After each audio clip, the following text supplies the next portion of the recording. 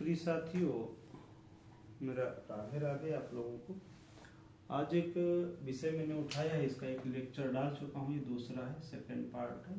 मैंने हेडिंग डाली वर्षा कब होगी, यानी कि मौसम में बारिश का समय कब होता है।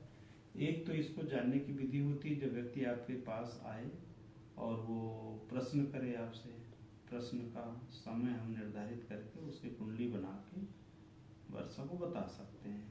ठीक है। दूसरा क्या होता है, योगों के आधार पे। वो योग क्या होते हैं मैं आपको बता रहा हूँ। जैसे हमारे टोटल 27 नक्षत्र होते हैं। कितने? टोटल हमारे 27 नक्षत्र होते हैं। उन 27 नक्षत्रों को दो भागों में बांट दिया जाता है। जेंडर के आधार पे, लिंग के आधार पे दो वर्ग हो जाते हैं, 3 वर्ग।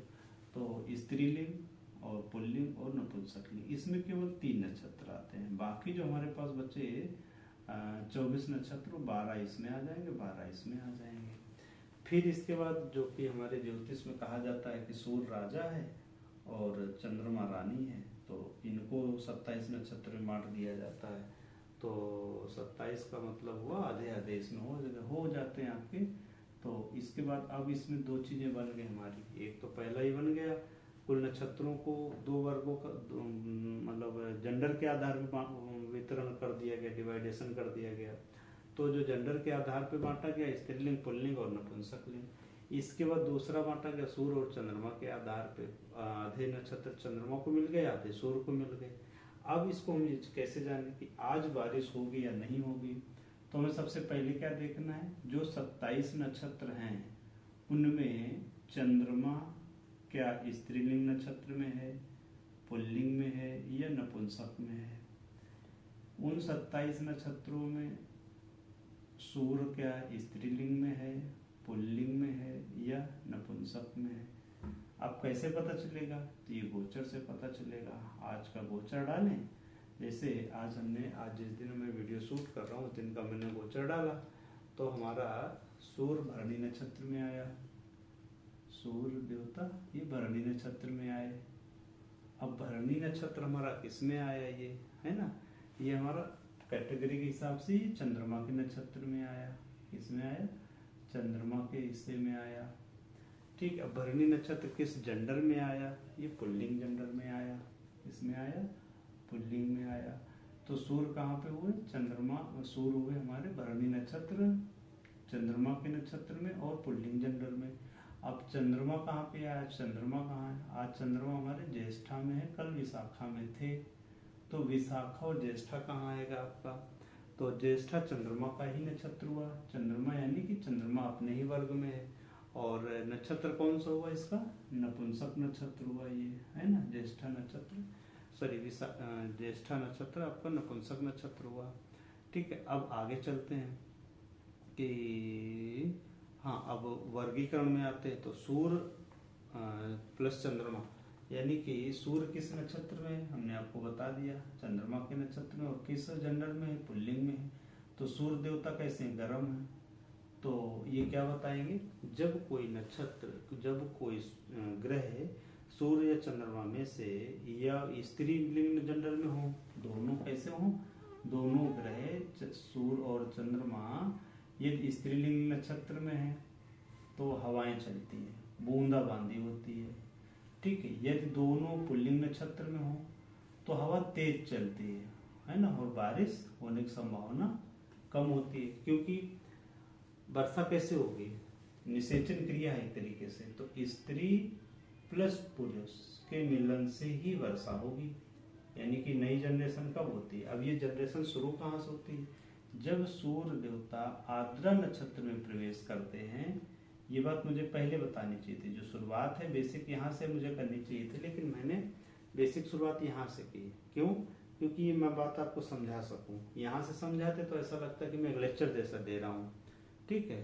तो अब हमें क्या देखना है कि सूर्य देवता जब आर्द्रा नक्षत्र में जाते हैं, वो समय कौन सा होता है, वो दिन कौन सा होता है। इसके पहले 9 तपा आते हैं। 9 तपा अर्थात 9 दिन की भयंकर गर्मी, जिसको बोलते हैं लू चल रही, आग भगवान सूर्य से निकल रही।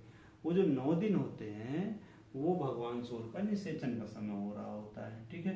तो तप रहे होते हैं, इसलिए इसको सूर्य जब आर्द्रा नक्षत्र में जाते हैं वहां से वर्षा को जो बताया जाता है। अब दिनों के हिसाब से अगर जाते हैं, तिथियों के हिसाब से जाते हैं, उनके फल अलग अलग होते हैं। ठीक है, और नक्षत्र कौन सा होगा? आर्द्रा नक्षत्र होगा।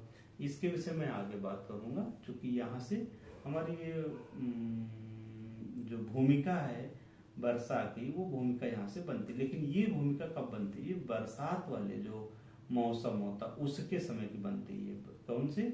जो हमारे 4 माह वर्षा के गिने गए हैं, आषाढ़ सावन भादों वहां तक के, उसके लिए यहाँ से शुरू किया जाता है। अब दैनिक 12 महीने में कभी भी वर्षा हो रही है, उसको देखने के लिए इन नक्षत्रों को देखा जाता है। फिर इसमें नाड़ी देखी जाती है ना, नाड़ी। तो अभी हमने आपको जो बताया 27 नक्षत्रों में 2 वर्गीकरण किए गए, एक स्त्रीलिंग और पुल्लिंग और नपुंसकलिंग, दूसरा सूर्य और चंद्रमा के नक्षत्र।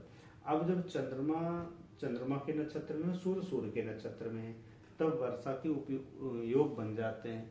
और सूर्य चंद्रमा के नक्षत्र में और चंद्रमा भी चंद्रमा के नक्षत्र में है, तब बूंदाबांदी होने के योग बनते हैं। ठीक है, इसी तरह से जब सूर्य अगर मान लो पुल्लिंग में हो या स्त्रीलिंग में हो और चंद्रमा पुल्लिंग में हो, तब वर्षा के योग बनते हैं। ठीक है, तीसरा बनता है कि चंद्रमा और सूर्य दोनों स्त्रीलिंग नक्षत्र में हो और मतलब तब वर्षा के योग बनते हैं। ये छोटी छोटी चीजें हैं। जैसे अभी इस समय बारिश हो रही है, तो ये कैसे हुई? चंद्रमा नक्षत्र सूर्य के उसमें है और सूर्य नक्षत्र चंद्रमा के है, और जेंडर के हिसाब से गए तो एक स्त्रीलिंग में एक पुल्लिंग में है। इस तरह से बारिश हुई। इसको मैं अगले वीडियो में मैं और डिटेल से बताने की कोशिश करूंगा। सभी दर्शकों को मेरा राधे राधे। ये वर्षा विज्ञान का उपयोग कहाँ है? पहला तो किसानों के लिए, दूसरा हम जब मुहूर्त निकालते हैं किसी का, आज मान लो विवाह का मुहूर्त निकाला कि अश्विनी नक्षत्र में इसका विवाह हो सकता है, और फिर अब हमने देखा कि आज बारिश भी हो सकती है, तो हमने उसको बता दिया कि भाई बारिश होने की संभावना है। अब आज के युग में हमारा नेट से देख लेते हैं, तो डायरेक्ट परिप्रेक्ष्य में इसकी कोई आवश्यकता नहीं है, लेकिन एक ज्योतिषी को इस विषय को आना चाहिए, ऐसा मेरा मानना है। ठीक, चूँकि मैंने इस पर काम किया तो मैं कोशिश करूँगा कि इसको आना चाहिए। कब फायदा करेगा? जब हम किसी जातक का विवाह का मुहूर्त निकालेंगे तो उसको बता सकेंगे। बाजार भाव में भी फायदा करता है कि टमाटर का भाव क्या होगा, मिर्च का भाव क्या होगा, गेहूं का भाव क्या होगा। मौसम में भी फायदा करता है कि तुम्हारे घर बाराती आ पाएंगे या नहीं आ पाएंगे, उनकी क्या समस्या होगी, उसमें भी फायदा करता है। इसलिए इसका ज्ञान होना आवश्यक है। देखिए, भगवान तो कोई नहीं हो सकता, 100% तो किसी को नॉलेज नहीं होगा। हम अब किताबों से ही पढ़ा के अनुभव में लाते जा रहे हैं, लेकिन ग्रंथ प्रमाण मिलता है, तो बेस तो आपको यहाँ से देखना ही पड़ेगा।